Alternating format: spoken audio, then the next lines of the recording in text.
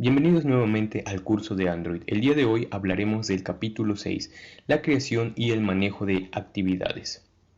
Entre los temas que vamos a ver el día de hoy serán los diferentes tipos de vistas o de layouts que tenemos disponibles en Android para poder crear elementos visuales, así como la creación de estos desde archivos XML y desde archivo Java o desde código Java. También vamos a hablar un poco sobre los logs de depuración en Android que nos permiten ver ciertas propiedades, variables o estados de mi aplicación en una consola. Una vez creado un proyecto en Android y para poder iniciar con la creación de la interfaz de usuario de una aplicación, se debe tener en cuenta que ésta debe de ser diseñada usando una estructura de jerarquía de vistas, también llamadas view, y grupos de vistas llamadas view group. Las vistas o los views son usualmente elementos gráficos como botones, campos de texto o etiquetas, y los view groups son los contenedores invisibles en los cuales nos enfocaremos el día de hoy. Estos definen cómo las vistas son presentadas en la pantalla. La clase view group es la clase base que se tiene para los layout manager. Existen diferentes tipos de view group con diferentes características. Por ejemplo, tenemos los linear layout, los cuales permiten organizar a las vistas en su interior en una única fila o columna dependiendo de la orientación que se establezca, horizontal o vertical. También tenemos los frame layout. Este es un tipo de contenedor que dispone de todos los elementos vista alineados en el vértice superior izquierdo del contenedor, por lo que si se añaden dos o más elementos, estos se apilarán. El Table Layout permite alinear los elementos en su interior en un formato de filas y columnas. Un aspecto a considerar es que este tipo de contenedores no tiene límites fronterizos en sus celdas, filas o columnas. Los Grid Layout son contenedores introducidos a partir del API 14 de Android, la versión 4.0. Se caracteriza por dividir en líneas invisibles el espacio. Estas líneas forman una cuadrícula que permiten la definición de filas y columnas. Los elementos view en su interior pueden ocupar una o varias celdas de manera horizontal o vertical. Absolute Layout se encuentra obsoleto desde la versión de API 3 de Android. Permite organizar a las vistas en su interior por posiciones en coordenadas específicas de X y Y, tomando en cuenta que el punto 0,0 se encuentra en la parte superior izquierda de una pantalla. Los Relative Layout son quizá los elementos view group más poderosos y flexibles con los que podemos encontrarnos, ya que permiten posicionar a los elementos vista en su interior en relación a otros elementos vista y a su propio contenedor.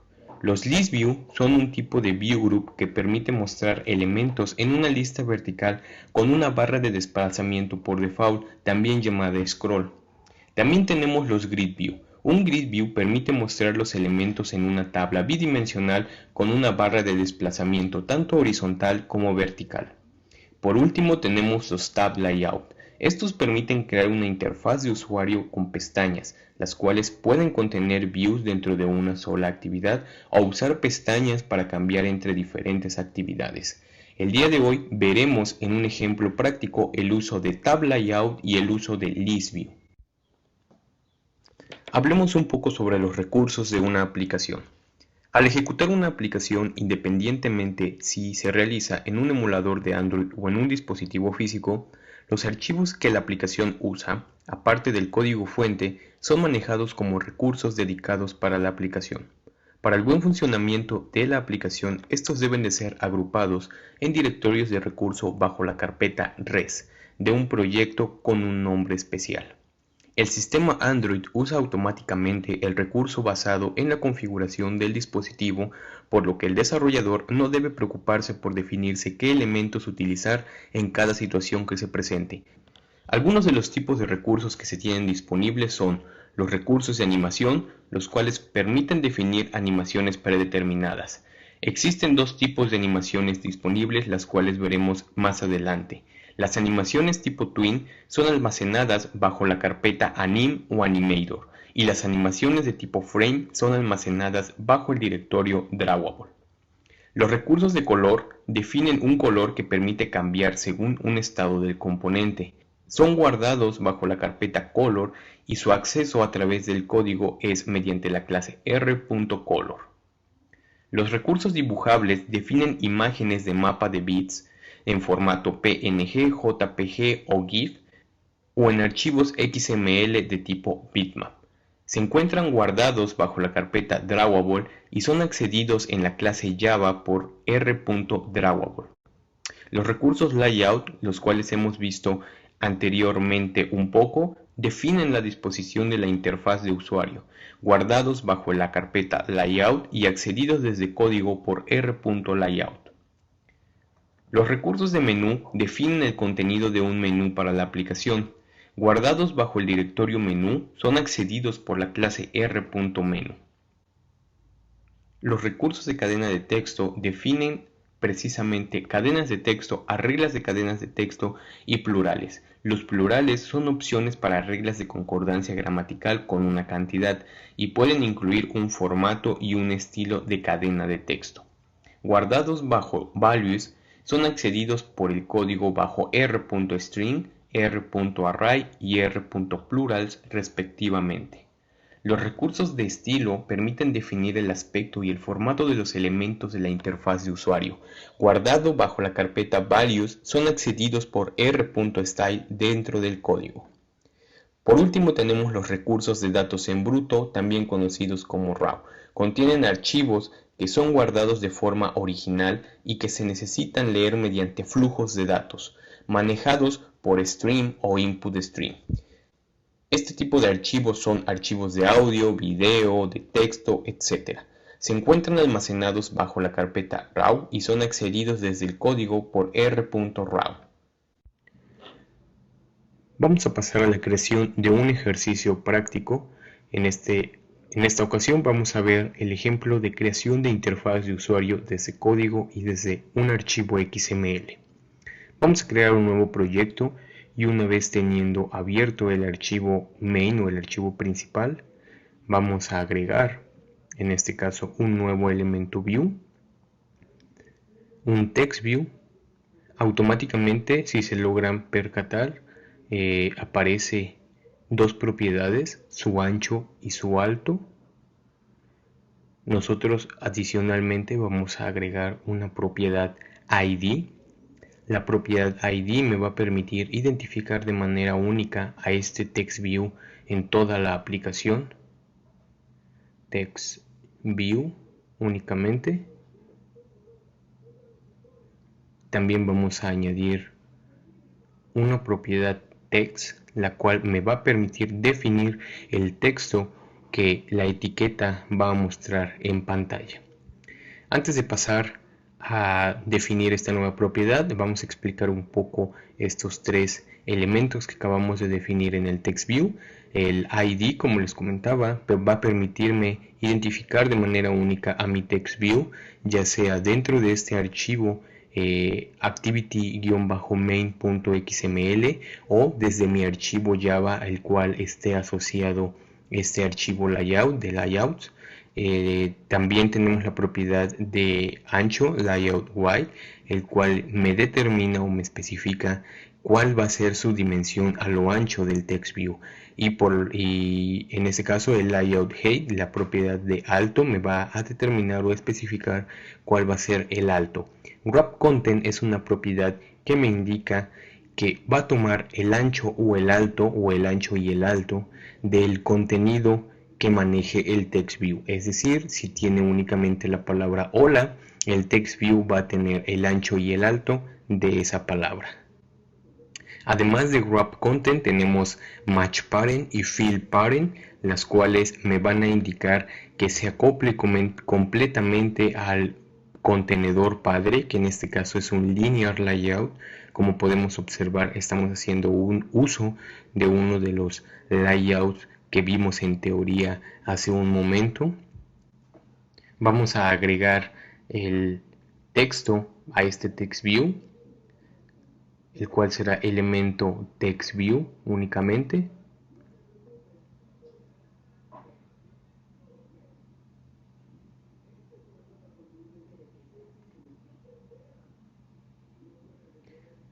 También vamos a agregar un elemento edit text. Los edit text también comparten las propiedades de ancho y de alto de los text view. De hecho, cualquier elemento view o view group tiene como tiene como parámetros obligatorios o como propiedades obligatorias a especificar su ancho y su alto. Vamos a agregarle de igual forma un ID, @más ID edit text.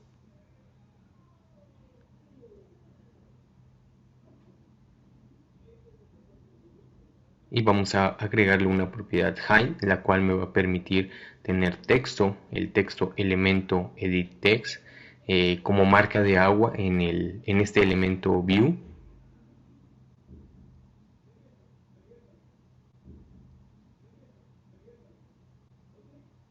También tenemos por aquí los botones o los buttons. Noten cómo automáticamente también carga el ancho y el alto para nosotros especificar sus valores.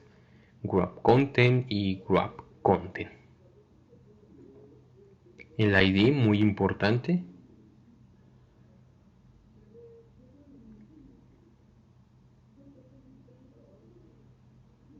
Su texto.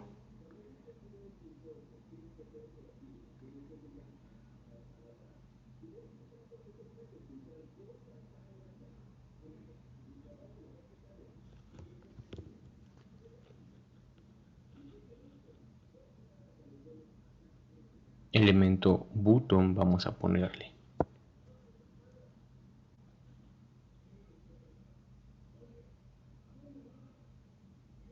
Vamos a pasar a ver cómo se visualiza esta interfaz aquí mismo sin ejecutar la aplicación.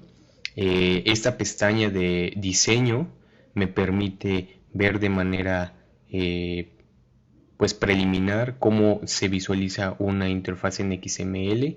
En dado caso de que les llegue a dar problemas la visualización del archivo, únicamente cambiamos el nivel al nivel 21 y bueno, podemos observar aquí que se aprecia una etiqueta, se aprecia el edit text en el cual podemos escribir texto y un botón.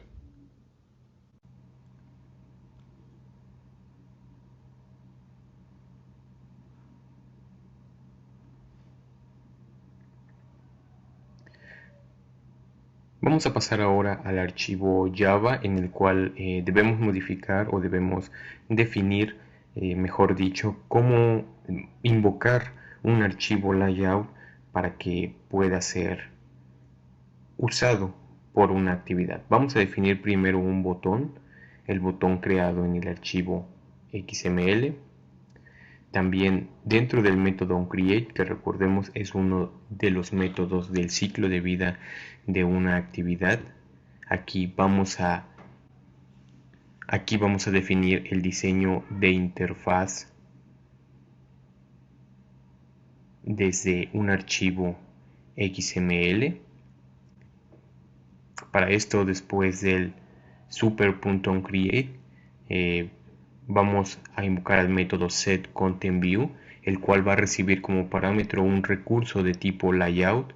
Recordemos que para acceder desde Java a un recurso ubicado en la carpeta layout es mediante r.layout. y el nombre del archivo al cual estamos haciendo referencia.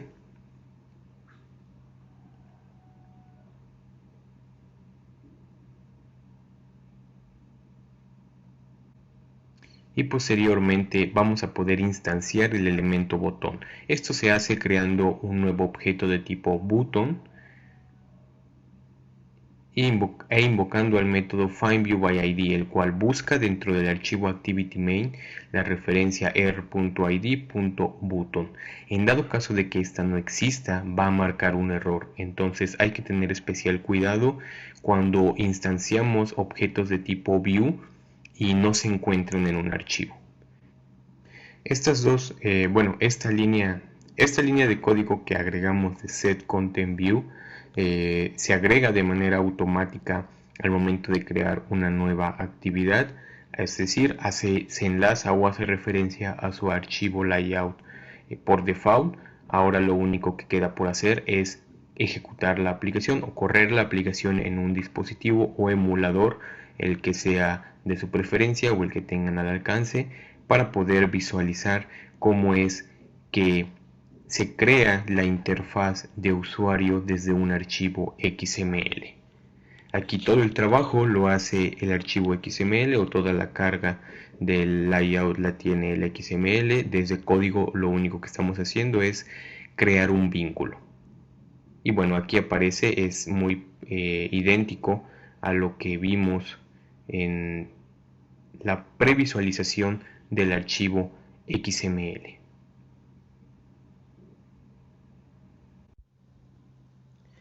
Bien, ahora pasaremos a ver la definición de una interfaz de Android mediante código, todo desde Java. Lo primero que vamos a hacer es crear un objeto linear layout, el cual va a venir a sustituir al elemento view padre que se encuentra en el XML. Se llamará mi linear layout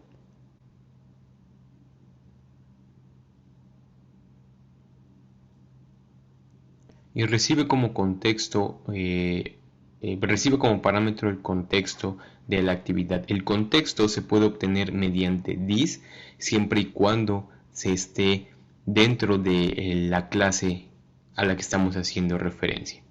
Posteriormente a mi linear layout vamos a agregarle una orientación. Recordemos que un linear layout lleva como parámetro obligatorio, como propiedad obligatoria definida su orientación. Tenemos la vertical y la horizontal, las opciones de vertical u horizontal. Una vez creado un linear layout, vamos a crear un objeto button, el que hemos definido en la parte de arriba. Vamos a crear un mi botón de la clase button,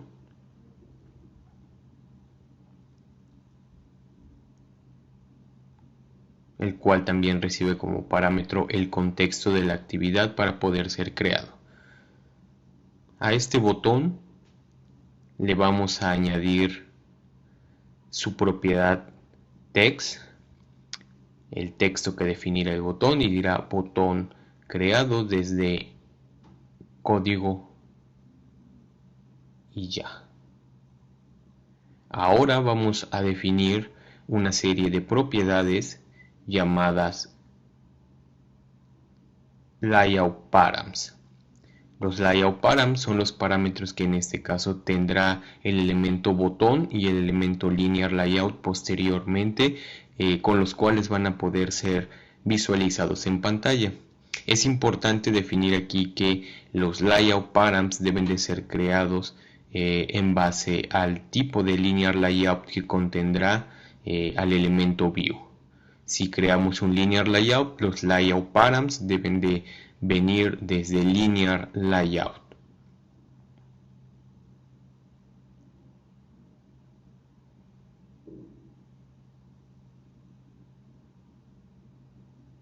Hay que tener especial cuidado ahí en esta sección. Como pueden observar, existen layout params para diferentes tipos de layouts.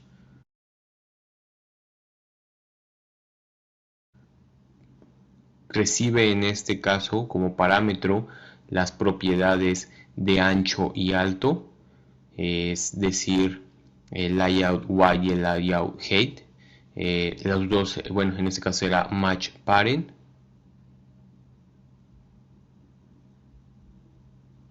Y el segundo wrap content. View group layout params wrap content.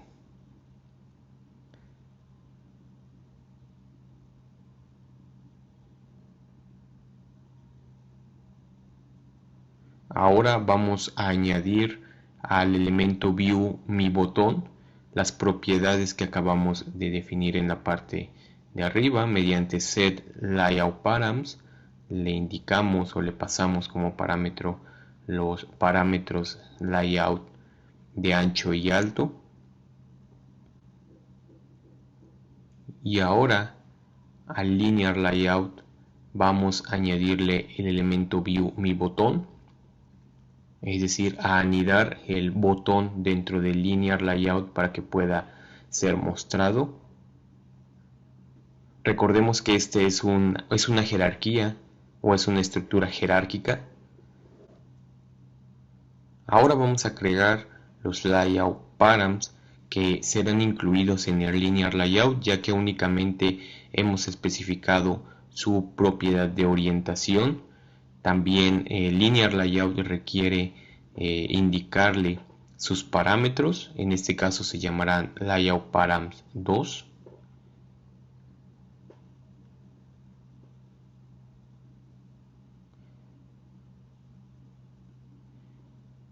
Y como propiedad de ancho y alto serán viewGroup.layoutParams.matchParent y el segundo será lo mismo, así que copiamos y pegamos, es decir, mi linear layout ocupará completamente su contenedor, que es la pantalla, tanto en ancho como en alto. Bien, por último, a mi linear layout vamos a añadirle estos parámetros o estas propiedades definidas mediante setLayoutParams 2, y vamos a utilizar el método setContentView para crear el layout, pasándole como parámetro ahora mi linear layout y no la referencia al archivo activity-main, que es la que tiene la interfaz desde XML. Para que se pueda visualizar adecuadamente debemos comentar las dos líneas de código de abajo e instalamos la aplicación. Bien, podemos observar aquí el botón que dice botón creado desde código. Si presionamos no hace absolutamente nada, solamente es un botón. El siguiente paso es precisamente asignarle un evento o un click listener a ese botón y ver el uso de intents. Para eso, bueno, tenemos ya previamente creada una actividad llamada segunda actividad. Esta segunda actividad servirá para lanzar un intent desde el botón y que pueda ser visualizado. Lo primero que vamos a hacer en nuestro main activity es añadir el método setOnClickListener a mi botón y vamos a crear un nuevo evento onClickListener. Los eventos de botón los veremos en el siguiente tema, en el siguiente capítulo. Por lo tanto, no me enfocaré mucho a definir cómo se crean. Simplemente vamos a crear una clase interna del método onClickListener, el cual sobrescribe un método onClick. En este caso se llamará evento click.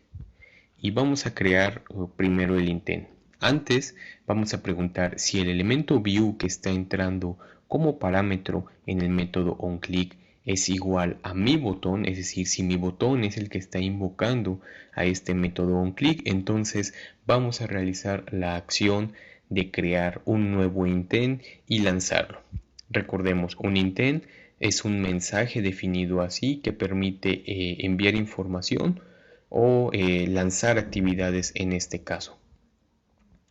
Como parámetros, el nuevo intent recibe el contexto o el origen del intent, que es mainActivity.this, y como segundo parámetro recibe la clase a la que va destinada, es decir, segunda activity.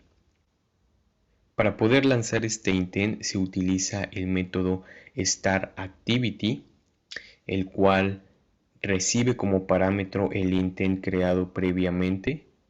Y por último vamos a invocar al método finish. Finish lo que hace pues es finalizar la actividad al momento de que se presiona también el botón, es decir, primero lanzamos la segunda actividad mediante el objeto intent y posteriormente finalizamos esta clase. Bien, ahora al método setOnClickListener vamos a agregarle el evento onClick para que pueda funcionar. Y vamos a instalar la aplicación en el dispositivo emulado para poder ver que funcione adecuadamente. Bien, ahora podemos observar que al presionar el botón se lanza la segunda actividad y si damos clic en Back, la primera actividad desaparece gracias al método Finish. Vamos a seguir trabajando con los tipos de intents, los intents implícitos y explícitos.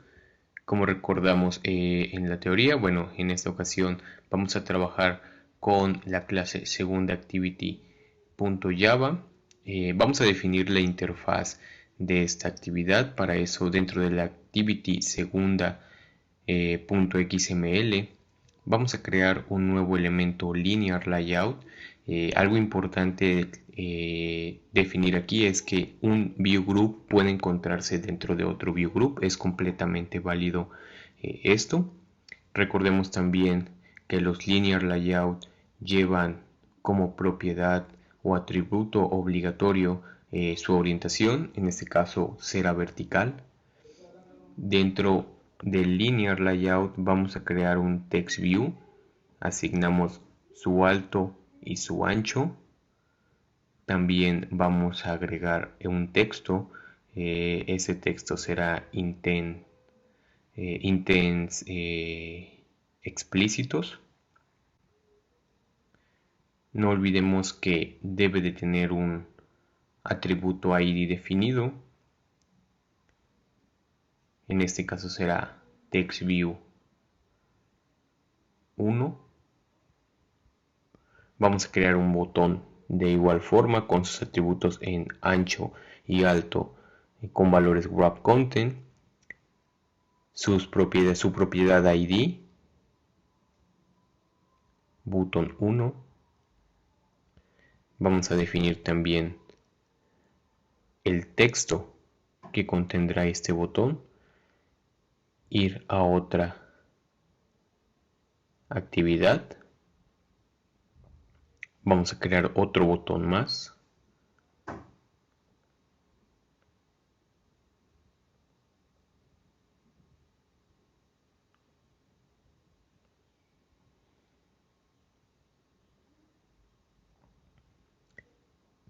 El contenido del texto de este botón será ir a otra actividad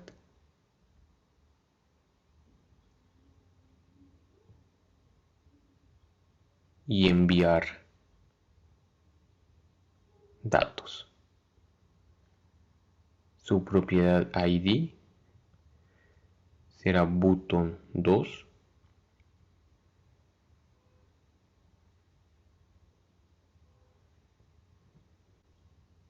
Y ahora vamos a crear otro linear layout en la parte inferior o fuera del primer linear layout creado. Tendrá prácticamente las mismas propiedades que el primer layout. Igual su propiedad de orientación en vertical.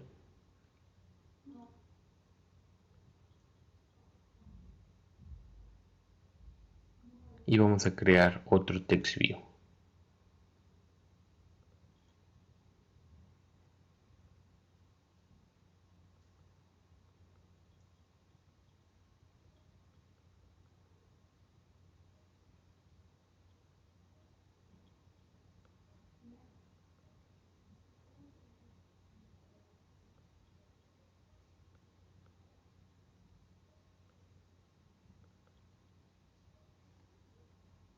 El contenido del texto de este text view será intents implícitos. Vamos a crear otro botón.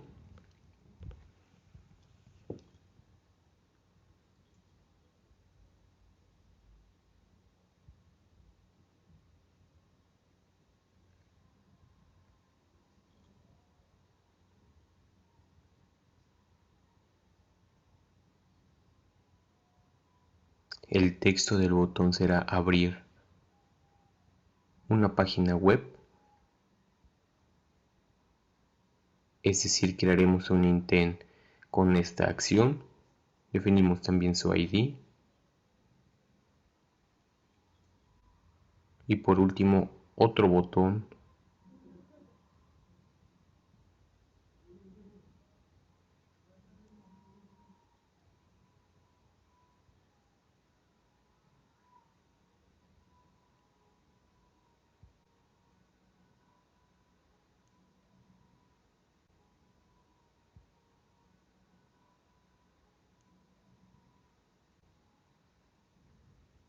cuya acción será realizar una llamada a través de un intent. Bien, así es como queda el archivo activity-segunda.xml. Esta es la interfaz que vamos a tener en la aplicación o en esta segunda actividad. Dentro del archivo segunda activity, es decir, dentro de mi actividad, vamos a crear todos los botones definidos en el archivo de interfaz: botón 1, botón 2, botón 3 y botón 4. Posteriormente vamos a eliminar los métodos que no necesitamos y vamos a instanciar cada uno de los botones.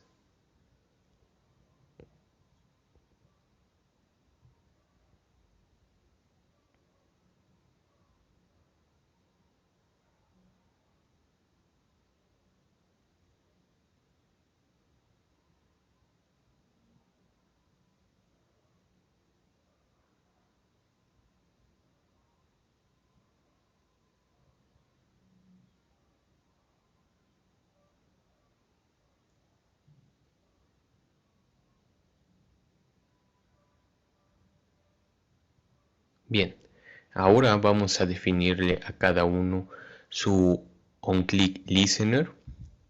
Vamos a dejar vacío por el momento la definición del onClick.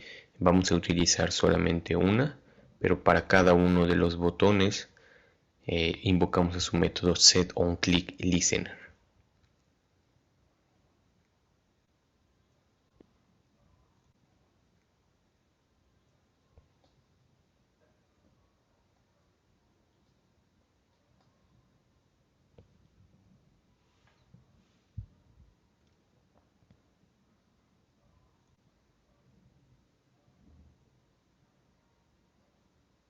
Por último vamos a crear el evento onClickListener, el cual se llamará evento botón.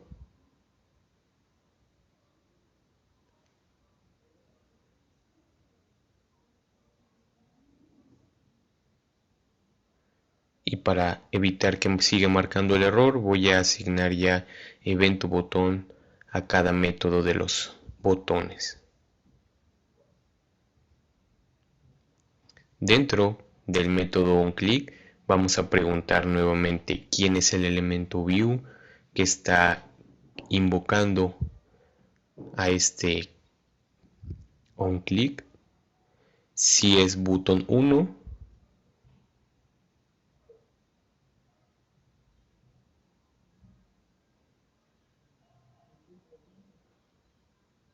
si es botón 2,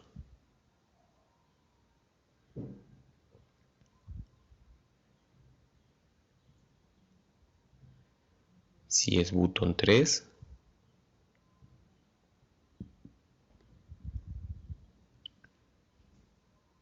o si es el botón 4.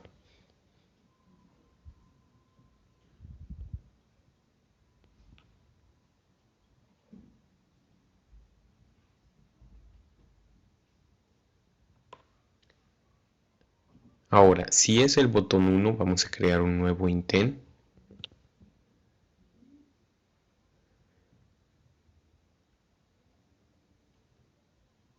En este caso,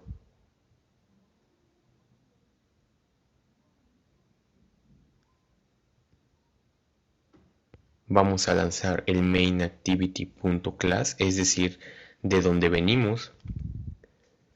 Recordemos que con startActivity se lanza una nueva actividad, se le pasa como parámetro el intent y finalizamos este activity.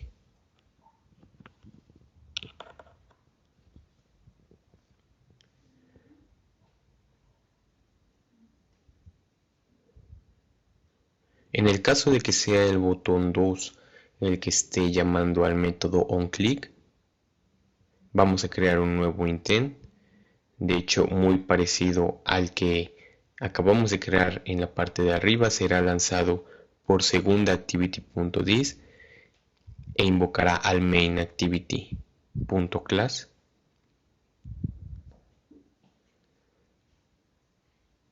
Solo que en esta ocasión añadiremos algunos datos extra. Mediante put extra podemos añadir datos en formato clave valor. Para que pueda obtenerlo, el mainActivity debe de tener pues implementada la obtención de estos datos. Únicamente estamos viendo cómo incorporar información a un intent. Posteriormente veremos cómo obtenerla. Vamos a agregar otro dato más que sea un valor entero, se llame valor 2 y que tenga 1 como valor. Con startActivity lanzamos este intent.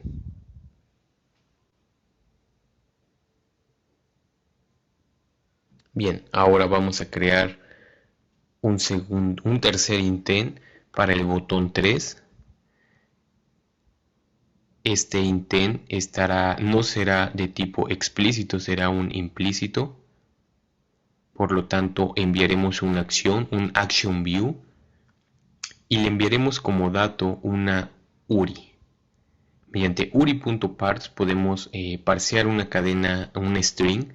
En este caso abriremos una página web o un navegador que muestre la página de Ovnews. Nuevamente con startActivity se lanza el intent, solo que no va destinado hacia una actividad en específico o un componente en específico.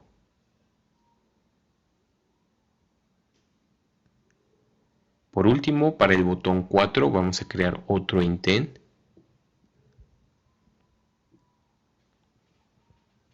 De igual forma, este tendrá como acción un action view.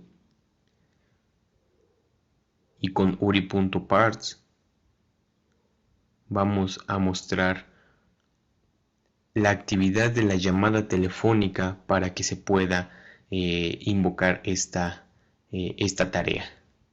Con startActivity se lanza. Es importante recalcar aquí que la palabra tell es lo que indica que se debe de dar formato a un teléfono, y HTTP permite abrir un navegador. Ambos tienen una action view, por lo tanto el sistema operativo define o decide que debe de ser algo que se le debe de mostrar al usuario. Vamos a instalar la aplicación. Bien, como podemos ver, esta es la primera actividad. Lanza la segunda. Eso ya lo hacía. Ahora tenemos los 4 botones divididos. Este lanza la actividad número 1. Regresamos a la actividad número 2. Ahora vamos a lanzar nuevamente la actividad número 1 enviando datos. Como les comentaba, necesitamos obtener esa información. Ahora, para abrir una página web, ejecutamos y se lanza un navegador que trata de abrir, en este caso, la página de Ovnews. Aquí por algún motivo no le está abriendo. Seguramente el dispositivo no está configurado adecuadamente para conectarse a internet, así que no abrirá la página, pero está mostrando el navegador con la página web a la que se va a dirigir. Bien, vamos a lanzar el cuarto intent, realizar una llamada telefónica. Aquí se muestra la actividad de teléfono. Es importante recalcar, no se hace la llamada, únicamente se envía la información para que se pueda llamar, y bueno, presionando el botón es como se realiza la llamada. Vamos a hablar un poco sobre la seguridad y los permisos en Android. Para proteger algunos de los recursos y características especiales del dispositivo, Android define un esquema de permisos explícitos. Toda aplicación que desee acceder a un recurso crítico del sistema está obligada a definir la intención de usarla. En el caso de que una aplicación intente acceder a un recurso del que no ha solicitado permiso, se genera una excepción de permisos y la aplicación es interrumpida inmediatamente. Los permisos de una aplicación son definidos en el archivo androidmanifest.xml, como se comentó en capítulos anteriores, y autorizados por el usuario cuando se instala la aplicación. El esquema de permisos de Android impide que se utilice una concesión parcial de permisos, por lo que si un permiso no es concedido por el usuario, la aplicación definitivamente no será instalada en el dispositivo. Vamos a mencionar algunos de los permisos más importantes y el nivel de riesgo en el que se clasifican. Por ejemplo, Call Phone permite llamar a números telefónicos directamente sin la intervención del usuario. Implica servicios por los que se tiene que pagar. El riesgo es muy alto. El permiso de Internet permite establecer conexiones a Internet. Es quizá el permiso más importante y utilizado en una aplicación. Su nivel de riesgo es catalogado como muy alto. Read Phone State. Este permiso permite leer el estado del dispositivo y su identificador único. Permite el acceso al número telefónico, número email, identificador SIM, número de identificación único de Google, entre otros datos. El nivel de riesgo de este permiso también es muy alto. Send SMS. Este permiso permite enviar mensajes de texto de tipo SMS sin la intervención directa del usuario. Puede implicar servicios por los que se tiene que pagar y su nivel de categorización es muy alto. Receive SMS. Este permiso permite identificar cuando un mensaje de texto SMS ha llegado, así como leer su contenido, modificar o borrar el mensaje. Se categoriza como alto. Cámara es el permiso que permite el acceso a la o las cámaras del dispositivo y además permite el acceso a la toma y grabado de video. El usuario puede o no intervenir en la realización de estas acciones. Su nivel de riesgo es moderado. Record Audio permite grabar sonidos desde el dispositivo. El usuario puede o no intervenir en esta acción y su nivel de riesgo es catalogado como moderado. Read Contacts permite leer toda la información de los contactos almacenados en el dispositivo. De igual manera, se categoriza como moderado. White Lock impide que el teléfono entre en modo suspensión. Se categoriza en un nivel de riesgo bajo. Bluetooth permite crear conexiones de tipo Bluetooth con otros dispositivos. Se categoriza con nivel de riesgo bajo. Vibrate es uno de los permisos que permite activar o hacer que el dispositivo vibre. De igual manera que los otros dos, se considera con un nivel de riesgo bajo. Android proporciona una API para el envío de mensajes a la consola de depuración de Android Studio, también conocida como Logcat. Comúnmente son conocidos como mensajes logs. Generalmente se usan los métodos log.b, log.d, log.i, log.w y log.e para enviar mensajes. Las letras después de la palabra log indican el nivel de detalle que se desea. Por ejemplo, log.b hace referencia a verbose, log.e hace referencia a un log de error. Estos métodos reciben como parámetro obligatorio dos cadenas de texto. La primera permite etiquetar el mensaje y la segunda describe el contenido del mensaje. La siguiente sesión estaremos hablando sobre los diferentes objetos widget que nos proporciona el API de Android. También hablaremos sobre la creación de diferentes tipos de interfaces en XML, el uso de tab layout y la creación y uso de listas.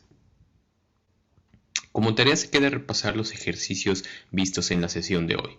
También se debe investigar más sobre los tipos de recursos que tenemos disponibles en Android, así como los permisos que se deben definir en el archivo Android Manifest para solicitar el acceso a ciertos recursos del dispositivo.